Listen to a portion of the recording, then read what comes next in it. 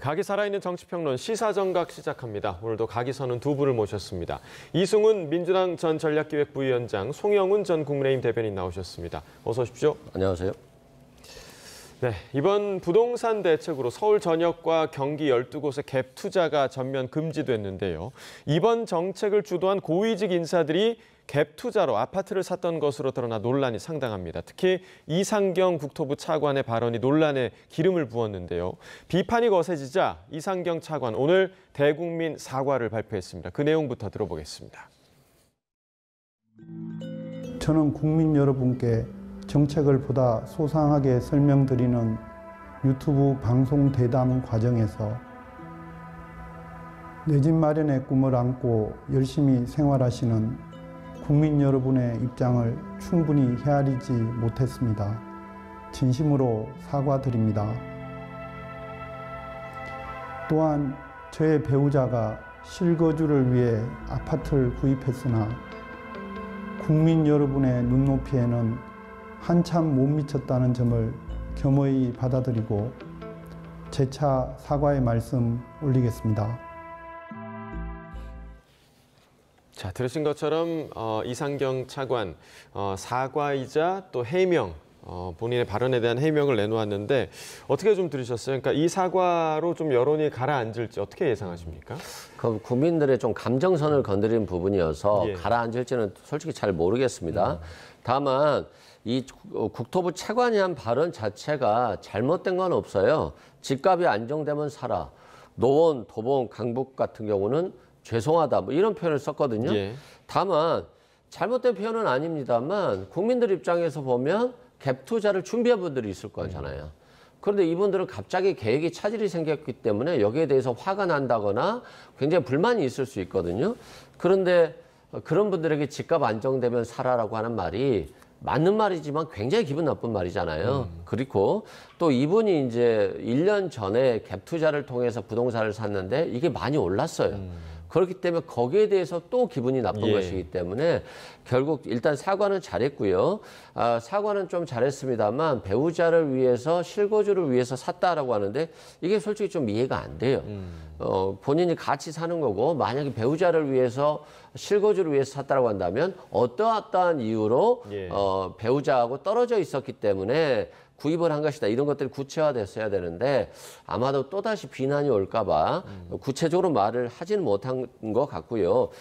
다만 저는 이런 생각이 듭니다. 서울에 강남이라든가 서초, 송파 등이 집값이 뭐 10억씩, 20억씩, 30억씩 띄운다라고 한다면 서울에 있는 주민들 입장에서 보면 상실감을 느끼는 거거든요. 예. 또 서초, 송파, 강남은 뛰지만 또 마포, 용산까지 뛰지만 또 지방의 부동산들은 오르는 걸 넘어서서 떨어지고 있고 예. 인구 감소로 인해서 오히려 부동산 시장이 침체되고 분양도 안 되는 상황이 있어요. 그래서 사회적 불안 요소가 되고 있기 때문에 우리가 그 뜨는 폭등한 집값을 막을 필요가 있다. 앞으로 금리 인하기에 현금 유동성이 더 풀리면 더 오를 것인데 정부 입장에서 보면 그런 문제들을 막을 수밖에 없기 때문에 지금 현재 이 부동산 정책을 통해서 피해를 보거나 기분이 나쁘신 분들도 있겠습니다만 국가 전체적인 관점에서 이 강남 상구의 집값만 폭등하는 것들이 이건 좀 막아야 될 필요성이 있다. 그래서 어떻게 보면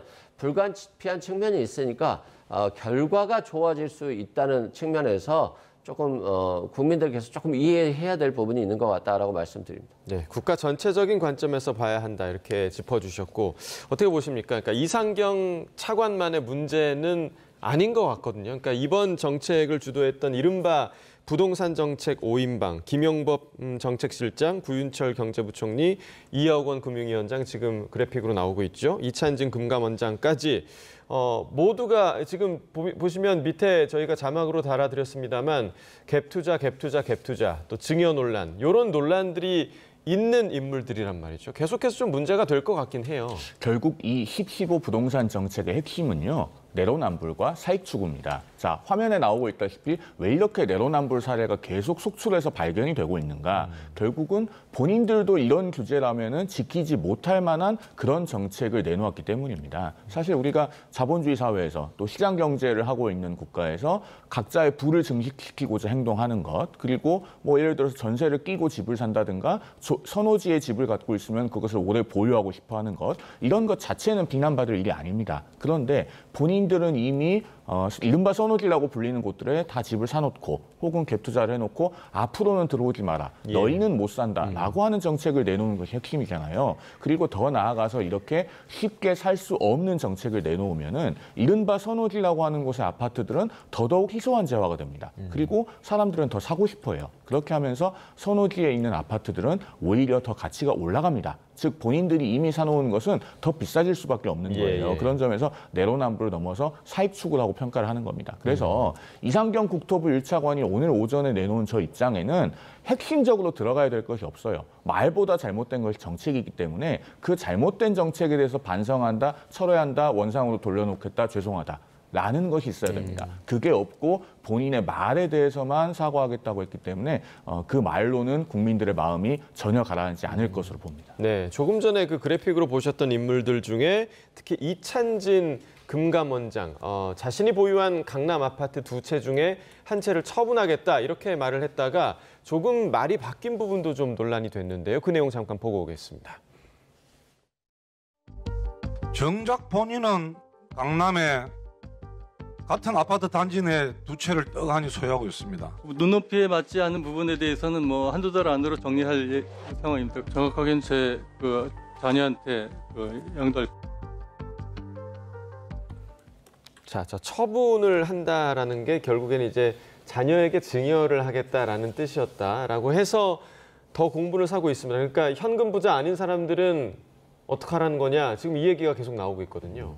우리가 좀 냉정하게 바라봐야 될 필요가 있을 것 같습니다.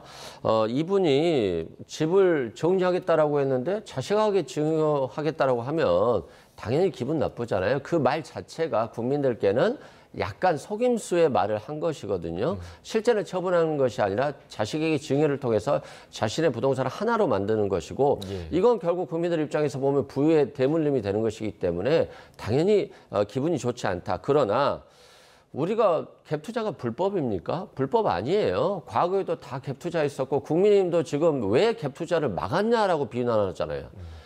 지금이라도 갭 투자 풀으라는 거잖아요. 그런데 왜 갭 투자했다고 비난하죠? 굉장히 모순적인 얘기를 지금 국민의힘이 하고 있고 이건 정쟁을 위한 비난하고 이재명 정부를 비난하려고 하는 것이지 결코 대안을 마련하지 못했다. 지금 이재명 정부의 정책이 잘못됐다라고 한다면 대안을 제시하고 그래서 이재명 정부 정책이 잘못됐다고 해야 되는 거잖아요. 근데 갭 투자를 왜 못하게 하냐? 갭 투자 풀으라고 해놓고 갭 투자한 공무원들을 비난해요. 이거 자체는 자신들의 정책은 없으면서 어떠한 그 정책 설계자들을 비난함으로써 자신의 어떠한 정치적 이익을 목적으로 하는 것이기 때문에 우리가 솔직해져야 된다. 강남에 50억 정도의 집을 금수저의 자녀가 아니라면 그리고 의사, 판검사, 변호사 등 전문직이 아니라면 솔직히 살 수가 없잖아요. 그래서 어떻게 보면 이 갭 투자라든가 이런 얘기들 자체는 지금 우리의 현실과는 좀 멀어진 동떨어진 얘기예요. 그럼에도 불구하고 부동산 값이 폭등해서는 안 된다. 문재인 정부 때 봤지만 부동산 값이 폭등하니까 모든 국민들은 상실감을 갖는 거예요. 마찬가지로 부동산 값이 폭등했다라고 해서 부동산을 가지고 있는 사람들을 비난해서도 안 됩니다. 문재인 정부 때 자꾸 뭐 강남 상구의 어떤 부자들을 갖고 투기꾼인 것처럼 그리고 막 세금을 엄청나게 많이 걷어야지만이 문제가 해결할 것처럼 했고 결국 이 문제가 해결되지 않았거든요. 그래서 지금 강남 상구의 집값이 폭등하는 것도 막아야 되고 서울 전체적으로 서울 집값이 폭등하는 것도 막아야 되고 거기에 대한 현실적인 대안을 내놨기 때문에 비록 이게 일부 부작용이 있다 할지라도 장기적인 관점에서 이 정책이 효용성이 있다라고 한다면 부득이한 정책이고 국민의힘이 정말 이재명 정부의 정책을 비난하고 싶다라고 한다면 대안을 내놓는 것이 맞다라고 생각됩니다. 자, 지금 말씀하신 부분, 갭 투자를 막았다고 비판을 하면서 갭 투자한 사람들을 왜 비난하냐라는 말에는 좀 어떻게 좀 대응을 하시겠어요? 아니, 이찬진 금감원장이나 저희가 앞서 살펴본 그 이상경 국토부 1차관이라든가 이런 분들은요, 전부 정책을 만들고 집행하는 분들이에요. 예. 그러니까 내로남불을 이야기하는 겁니다. 본인들도 만약에 그 규제를 이제 막 적용받을 사람들 같으면 못할 일을 이미 미리 다 해놓고 나머지 국민들에게는 그 기회를 봉쇄했잖아요. 그러니까 그 내로남불을 지적하는 것이지 갭투자라고 하는 행태 자체를 지적하는 겁니까? 제가 앞서도 말씀드렸듯이 자본주의 시장 경제를 하는 국가에서 각자가 적법하게 부를 추구하는 것 자체는 비난받을 일이 아니에요. 그러나 나만 먼저 해놓고 내가 그 정책으로 이득을 보는 위치에 있으면서 남들은 그렇게 못한다라고 해서 봉쇄해버리면 그것은 비난받을 일입니다. 모든 서울 시민이 서울의 아파트를 가질 수는 없지만 모든 서울 시민이 노력하면은 서울의 아파트를 살 수 있다는 꿈과 희망은 있어야 되고 그런 기회 자체는 평등하게 돌아가야 되는 겁니다. 그 기회를 성벽을 쌓아놓고 봉쇄하면은 그것은 비난받아야 될 일이고 그렇게 하면은 공동체가 유지될 수 없기 때문에 이런 정책은 원상으로 되돌려놔야 된다고 하는 겁니다. 네, 자 국민의힘에서는 뭐 쇼츠 노래까지 만들어서 지금 비판에 나섰고요. 또 오늘 아침 여당에서는 처음으로 사퇴 요구도 나왔는데요. 그 목소리 함께 들어보겠습니다. 민주당은 금빛 누각 서민들은 서울 진입 금지 허가받아야 집을 사는 세상 지도 위 경계선 서울 진입 금지령 서울 입성인 계급표 대통령실은 강남의 다주택자 내가 하면 씻거주 남이 하면 투기 강남 대치 잠실 장미 역삼 푸르지오 우리만 블랙 사지 허공포면다 말하되 그 법위에 사는 자는 따로죠 민주비 속하는 송파의 사회 수석은 강남 용산 국민은 허가 증받기 위해 줄을 서네 서울 성문을 닫아라. 자, 취임 일성으로 집값 상승에 악순환을 끊겠다고 했던 금감원장은 초고가 아파트를 2채나 들고 있습니다. 한두 달 내 처분하겠다더니 결국 자녀 증여로 슬그머니 말을 바꿨습니다. 부동산 강제 봉쇄령으로 국민은 오갈 곳을 잃었는데 이재명 정권의 핵심 인사들은 다른 세상에 살고 있습니다. 이재명 대통령은 정책 수단을 총동원해서 투기 수요를 잡으라는데 이 투기 수요는 내 집 한 칸을 마련하기 위해 열심히 일하는 국민들에게만 해당되는 것이었습니다. 한준호 최고위원. 최고위원이 사과하는 것을 보고 당이 부적절했다고 하는 것을 인정하고 있잖아요. 고동잎 떨어지면 가을이 온 것을 알아야 돼요. 당 최고위원이 예. 사과를 한다고 하면은 예. 내가 책임져야 되겠다. 이걸 알아야죠.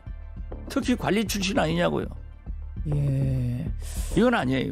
그 시그널을 지금 모르느냐 그 말씀하시는 거네요. 알면서도 버티면 되겠다 하겠죠. 저는 그 아주 바람직한 사람이라고 생각해요. 그렇게. 나가야 돼요. 자, 일단 가장 앞서 보신 그 쇼츠 노래 상당히 좀 구체적인 내용이 좀 들어 있습니다. 어떻게 좀 들으셨어요? 저는 쇼츠를 만드는 것 자체가 국민의힘의 수준이 굉장히 낮다라고 생각을 해요. 아니 뭐 국민의힘 국회의원들은 강남 3구에 집이 없습니까? 마포 용산에 집이 없습니까? 그 윤석열 정부 때나 박근혜 정부 때 이명박 정부 때 정책 설계하고 집행했던 사람들은 다 거의 다 강남에 있지 않습니까? 엘리트들이잖아요. 행정고시 합격해서 잘 나갔던 사람들 그리고 혼인을 잘하거나 또는 부모를 잘 만나서 금수저가 됐던 사람들이잖아요. 다 강남 3구 살았어요. 그거 자체를 비난하면 이 사건은 해결이 되지 않습니다. 정말로 그 사람들이 제대로 정책을 설계할 수 있는 사람들인가를 봐야 되는 것이고 내가 강남 3구에 살고 있기 때문에 강남 3구를 위한 정책을 펴는지 아니면 내가 강남 3구에 살고 있음에도 불구하고 지금 집값이 폭등하는 것이 너무 심하기 때문에 이걸 막아야 되는 것이 국가 경제의 도타 그리고 주식시장이라든가 실물 경제로 이 돈이 흘러가야 되는데 다 죄다 집 사는 데 투자해버리면 안 되지 않냐라고 하는 정책적 방향성이 있어야 되는 것이고요. 지금 장동혁 대표가 뭐 서민들의 집 살 기회를 봉쇄했다, 뭐 국민들을 피해를 줬다라고 하는데 서민들이 서울에 15억짜리 집 살 수 있습니까? 못 사요. 15억 미만의 집에는 주택담보대출 비율은 기존과 똑같습니다. 예. 그런 측면에서 마치 국민의힘이 서민을 표방하고 국민을 표방하는 정당인 것처럼 저렇게 비방하는 것 자체가 잘못됐고요. 우리 집값 폭등의 본질적인 문제, 인구 절벽의 문제, 1인 가구의 문제, 여러 가지 문제들이 있습니다. 이런 복합적인 문제들로 인해서 부동산 값이 폭등하고 문재인 정부 때 부동산 집값 폭등해서 그거 비난해가지고 윤석열 정부가 들어섰잖아요. 윤석열 정부 3년 동안 집값 공급 대책 제대로 한 거 하나도 있습니까? 공급 대책을 제대로 하지 않았기 때문에 또 이재명 정부까지 미치는 거예요. 그래서 이재명 정부는 지금 지금은 비난을 받고 있습니다만 장기적인 관점에서 좋은 관점이라고 한다면 밀고 나갈 수밖에 없고, 여기에 하나 더해서 부동산 공급 대책을 빨리 제대로 잘 세워내야 된다. 올 연말에 낸다라고 하니까요. 저도 기대하고 있습니다만 결국에는 서민이나 청년이나 신혼부부들이 안정적으로 집값이 안정돼서 부동산을 살 수 있는 나라가 돼야 되는 것이지, 계속해서 비난만 하면서 집값이 폭등하는 정부를 원하지는 않는다라고 생각됩니다. 자꾸 본질을 흐리는 말씀을 하셔서 제가 좀 몇 마디 드려야 될 것 같은데요. 일단 국민의힘이 집권했을 때 언제 이렇게 이재명 정부처럼 과격한 정책으로 우리 국민들 서울에 진입하지 못할 만한 부동산 정책을 내놨습니까? 지금 서울 전역 그리고 경기도 일부 지역까지 전부 다 이제 집을 사려면은 원님 도장을 받아야 됩니다. 허가를 받아야 되는 거예요. 그러면은 그런 허가가 필요하기 때문에 주거 이동성이 대거 감소하죠. 그리고 대출 규제가 강화됐기 때문에 1주택을 갖고 계신 분들도 집을 갈아타기 위해서 내 집을 못 내놔요. 왜? 팔았을 때 대출을 받는다는 보장이 없고 허가를 받는 데 있어서 불확실성이 있지 않습니까? 그러면은 매매 시장에서 매물이 줄어듭니다. 그런데 주택은 최소한의 수요를 없앨 수가 없잖아요. 그러니까 매매 시장에 일부의 소량이 거래가 되면서 시세는 올라갑니다. 그렇게 되니까 우리 서민들께서 거래해야 되는 주택들도 가격이 올라가게 되어 있어요. 그런 본질을 회피하면서 자꾸 엉뚱한 이야기를 하시는데, 그러면은 이 10.15 부동산 대책이 지금 옳다고 생각하시는 건지 제가 그 부분을 한번 여쭤보고 싶습니다. 일단 제가 이제 제 말을 이해를 못 하신 것 같은데, 윤석열 정부에서도 집값이 폭등했는데 이걸 막지 못했다는 것이고요. 집값 공급 대책을 제대로 세워두지 못했다. 이재명 정부에서 집값 공급 대책을 지금 내놔도 그 집은 5년, 10년 후에 공급이 되는 겁니다. 그렇기 때문에 어떤 다른 정부 비난보다는 지금 정책에 집중해야 된다는 것이고, 만약에 이재명 정부의 정책이, 솔직히 저도 유튜브라든가 정보를 통해서 많이 보거든요. 이 대책이 잘 된 것이냐 못 된 것이냐. 저도 개인적으로는 부동산 전문가가 아니기 때문에 판단이 어렵습니다.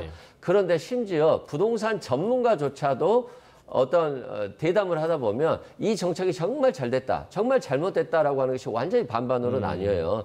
그만큼 부동산 정책은 결국 국민들의 생각과 어떤 실물 경제를 다 반영하고, 이 실물 경제는 계속적으로 변화하기 때문에 이 정책이 정확하다라고 할 수는 없습니다만 정부는 결과로서 책임지는 겁니다. 이 정책을 통해서 집값이 정말 안정화되고 여기에 부동산 공급 대책을 추가적으로 내세움으로써 중산층과 서민들이 집 살 기회가 조금 늘어난다고 한다면 이 정책은 잘 된 거예요. 그런데 지금 정책 내세우자마자 잘못됐다고 철회해버리잖아요. 그럼 이 부동산 시장은 굉장히 혼란에 처해지게 됩니다. 한 말씀만 제가 더 드리겠습니다. 짧게요. 정파적인 입장을 대변하는 분께 제가 전문적인 식견을 기대하는 것은 아닙니다만 최소한의 팩트는 맞아야죠. 윤석열 정부에서 무슨 부동산이 폭등했습니까? 2017년 5월에 문재인 정부가 출범했을 때 그해 5월 말 기준으로 KB 부동산 시세에서 서울 아파트 중위 가격이 6억 600만 원이었습니다. 문재인 정부 끝날 때 얼마 됐습니까? 12억 원대가 돼서 2배가 됐어요. 5년 만에 서울 아파트 중위 가격을 6억 올린 정권에서 3년간 1억 정도 올린 윤석열 정부를 부동산 폭등했다고 말씀하실 수 있습니까? 그리고 지금 KB 시세 기준으로 서울 아파트 중위 가격이 이재명 정부 석 달 만에 5천만 원 올랐습니다. 그러면은 6.27 부동산 대책 내고 안 먹혀서 9.7 대책 내고 또 10.15 대책 내놓는 것에 대해서 부끄러워하고 반성해야죠. 6.27 대책이 강력한 대출 규제였는데 그거 해가지고 석 달 반 동안 먹혔습니까? 오히려 서울 아파트 중위 가격이 더 올랐다니까요. 이 10.15 대책은요, 이미 전망이 다 예고되어 있습니다. 우리나라에 지금 공인중개사가 11만 명이고 전 국민이 자기 집을 사거나 전세 얻을 때 부동산에 대해서 고민을 많이 하기 때문에 국민이 전문가인 세상입니다. 그렇게 말씀하셔서는 안 될 일이라고 생각합니다. 네, 알겠습니다. 부동산 관련 얘기는 여기까지 좀 나눠보고요. 이번에는 김건희 씨 관련 이야기를 좀 나눠보도록 하겠습니다. 최근에 김건희 씨가 경복궁 경회루에서 이배용 전 국가교육위원장과 함께 있는 그 사진이 공개되기도 했는데, 이에 더해서 김건희 씨가 경복궁 근정전 용상에 앉았다라는 의혹이 나와서 어제 국감이 또 시끄러웠습니다. 그 모습 보고 오겠습니다. 대한민국 국보 경회루 김건희의 불법 침범 및 훼손 사건에 대해서 그 이야기를 좀 하고자 합니다. 왜 갔나요? 저도 방송을 보고서서 왜 갔나요? 9월 12일 날 그 월대 복원 기념식과 그다음에 그 저기 UAE 그 대통령 국왕 그 국빈 방문 보세요. 예. 당시에 그 우선 기념 답사 차원에서 아마 설명을 그 들으시러 간 걸로 저는 기억이 되는데 세상에 대통령 부인이 사전에 답사를 가는 경우가 어디 있어요? 그때 그 말이 되는 소리를 하세요. 김건희가 왜 용상에 앉았냐고 건정전에서. 왜 앉았어? 잘 모르겠어요. 뭘 몰라요? 어디서 앉으셨어요? 누가 앉으라고 그랬냐고요? 국보에 일개 안 여자가. 자, 김건희 씨가 경회로뿐만 아니라 근정전 용상에 앉았다 이런 의혹이 지금 나오고 있는데 용상이라는 거는 왕이 앉았던 자리이잖아요. 거기 앉아도 되는 겁니까? 그러니까 참 한심한 모습이고요. 우리가 이제 국보라고 하면 정말 눈으로 보자는 거잖아요. 문화재 같은 것도 마찬가지입니다. 만지면 안 되고 눈으로 봐야 되고 예. 또 훼손시키거나 보존에 위험을 줄 수 있으면 안 되는데 그건 이제 뭐 상식적인 얘기고요. 대통령의 부인이었던 분이 과거 왕들이 앉았던 그 용상에 본인이 앉았다? 아마도 윤석열 대통령의 부인이었던 김건희 씨가 본인이 뭐 왕이라고 생각한 것이 아닌가 싶고 나는 뭐든지 할 수 있다. 남들이 어떻게 보더라도 나는 개의치 않는다.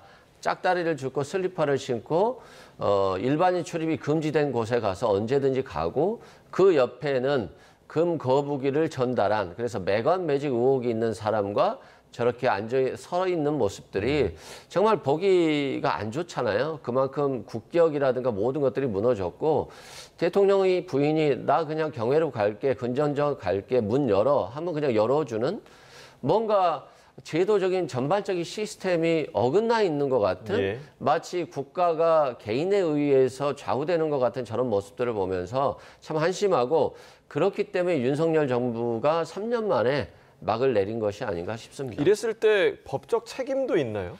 그렇죠. 이제 법적 책임은 문화재보호법상 예. 저렇게 문화재 보호를 해야 될 곳에 마음대로 가서 뭐 용상에 앉고 그래서 훼손한다라고 한다면 문화재보호법 위반입니다. 예.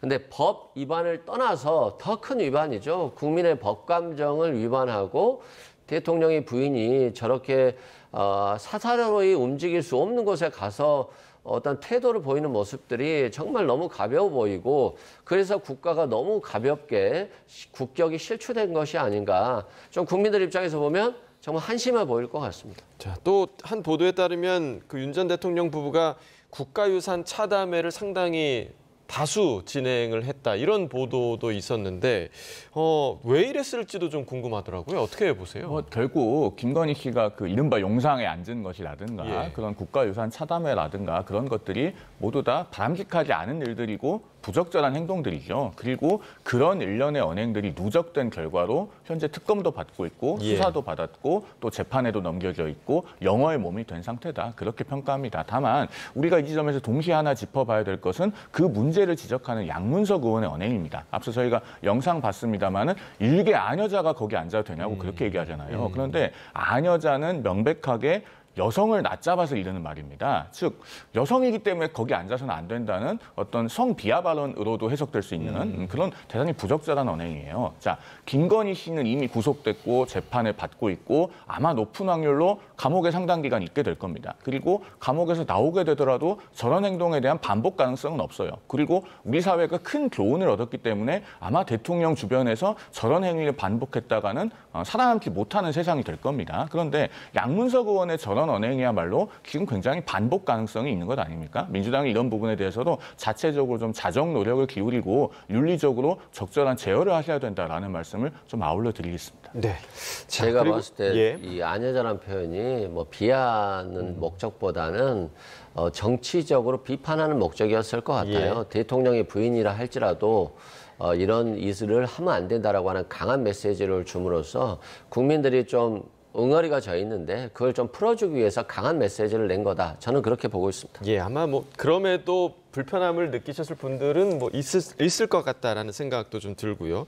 자, 그리고 이제 통일교 얘기를 해보자면 통일교가 건넸다, 김건희 씨 측에 건넸다고 알려진 그라프 목걸이, 또 샤넬 가방. 애초에 그 건진법사 전성배 씨는 잃어버렸다 이렇게 주장을 했는데 김건희 특검이 이 물품들을 실물로 확보를 했다고 합니다. 결국에 전성배 씨, 건진법사 측에서 이 실물 물품을 제출을 했다라고 이야기가 들리고 있는데 왜 그러면 입장을 바꾼 걸까요? 이유가 뭐라고 보세요? 뭐 현실 찾아가는 거죠. 과거에는 김건희 씨의 도움으로 모든 권력과 인사권과 뇌물 등을 그냥 마치 자신이 공무원인 것처럼 받고 김건희 씨에게 편하게 통화하고 선물 전달해주고 그러면서 자기의 이속을 다 차렸습니다만 지금 막상 구속되고 있다 보니까 김건희 씨에 대해서 솔직하게 진술을 해줘야지만이 자신의 형사 판결에 유리하고 조금 형을 덜 받지 않을까라고 하는 생각에 사실대로 토해내는 거죠. 예. 마치 그 명품 가방도 받았다가 바로 잊어먹었다라고 했다가 그 가방을 신발로 바꾼 것이 확인되니까 전달했다가 다시 돌려받았다고 했다가 말이 안 되는 말을 계속했었습니다만 결국에는 권력 무상이라고요. 권력 떨어지고 자신의 몸 편하고자 사실관계를 다 밝혔다.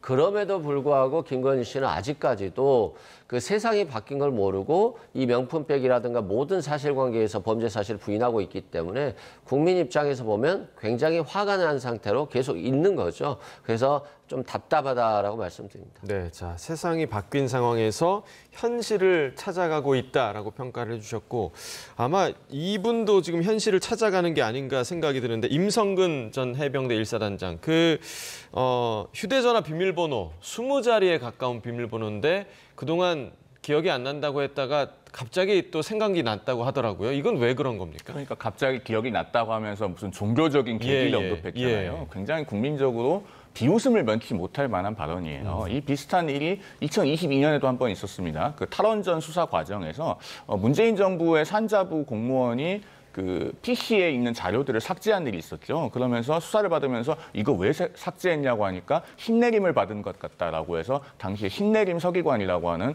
그 조롱 섞인 꼬리표가 있었습니다. 마찬가지로 지금 임성근 해병대 전 1사단장도 도대체 이런 주장을 누가 납득하겠어요. 그러니까 디지털 포렌식을 받지 않기 위해서 본인이 휴대전화 비밀번호를 잊어버렸다고 했다가 그 20자리면 어딘가에 적어놨겠죠. 그러니까 이런 부분은 결국에는 양형에도 나중에 반영될 수밖에 없을 겁니다. 임성근 전 사단장이 기소되어서 재판을 받게 되고 거기서 유죄 판결을 받게 된다면 말이죠. 그리고 뭔가 잘못을 저지른 것이 있다면 그것을 국민 앞에 정직하게 말씀드리고 또 수사기관에도 적극적으로 협조하는 것이 국록을 받았던 사람다운 태도다라는 부분을 아울러 지적하지 않을 수가 없습니다. 예, 자, 그런가 하면 어제 김건희 씨 재판이 있었는데 이 재판에서 명태균 씨와 3년 4개월 만에 대면을 하는 장면이 있었습니다. 뭐 여러 가지 이야기가 들렸는데 뭐 서로 재판장에서 고성도 오갔다 뭐 이런 얘기도 들리고요. 그 모습 어땠을 거라고 예상하십니까?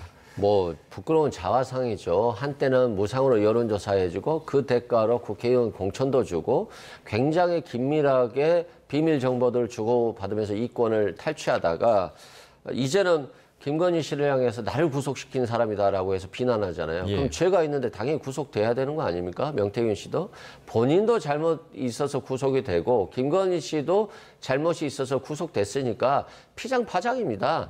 똑같은 사람들이 서로 간에 네가 잘났다, 내가 잘났다 이렇게 얘기하는 거 보면 국격이 떨어지는 것이고요.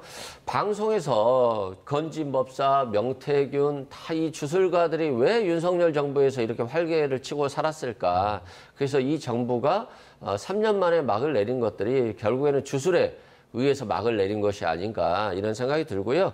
앞으로는 다음 뭐 이재명 정부도 그렇고 다음 정부도 그렇고 정말 성실하고 열심히 일해서 국민들이 인정받고 정부도 잘 해나가야 되는 것이지 사주 보고 뭐 주술 보고 해서 돼서는 안 될 일이다라고 생각됩니다. 네, 마지막으로 근데 이제 특검 수사가 시작된 이후에 오히려 이 이른바 명태균 게이트와 관련해서는 추가적인 사안이 좀 나오지 않는 듯한 느낌이 들거든요. 이 부분 어떻게 보세요? 그래서 이 특검법 자체가요, 민주당의 정치 브로커 척결 의지가 대단히 부족했다고 저는 평가합니다. 왜냐하면 이 법률 명칭에부터 김건희 씨, 명태균 씨 그리고 건진법사를 자처하는 그 전성배 씨의 법사 명칭이 들어가잖아요. 예. 그러면은 이 세 사안은 적어도 굉장히 중요성에서 우선순위에 있어야 되는데 특검의 수사 대상을 16가지나 나열해 놨잖아요. 그러다 보니까 특검이 수사 역량이 굉장히 분산됩니다. 그러면서 양평 공흥기구 개발 특혜 의혹 같은 것을 수사하다가 양평군 면장 같은 분께서 정말 억울하게 극단적인 선택을 하는 일까지 있기도 했고, 그렇기 때문에